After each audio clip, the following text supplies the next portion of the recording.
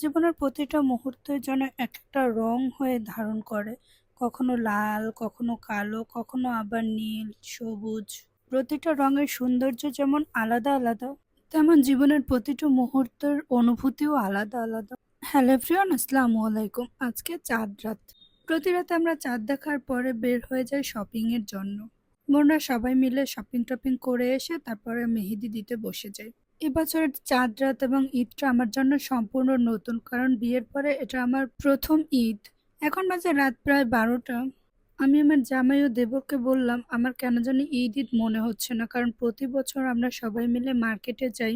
আর ঢাকাতে চাঁদ রাতের আমেজটা একটু আলাদা। রাত 3টা 4টা পর্যন্ত শপিং মল খোলা থাকে, সবাই শপিং এ ব্যস্ত থাকে, চারিদিকে বাজি ফাটে, আতশবাজি।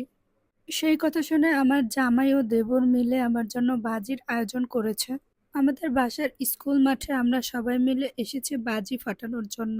আমি প্রথমে কিছুক্ষণ ট্রাই করলাম, ট্রাই করেও হচ্ছিল না, পর আমার ছোট দেবরকে দিলাম। আর আমার একটু ভয়ও লাগছিল যখন বাজিটা ফাটবে আর সেই শব্দে আমি অনেক ভয় পাবো। তাই আমার হাজবেন্ড বলল দূরে দাঁড়াতে। আমি আগের ভিডিওগুলোতে অনেকবারই বলেছি যে আমি অনেক ভীতু একজন মানুষ, সবকিছুতে অনেক বেশি ভয় পাই।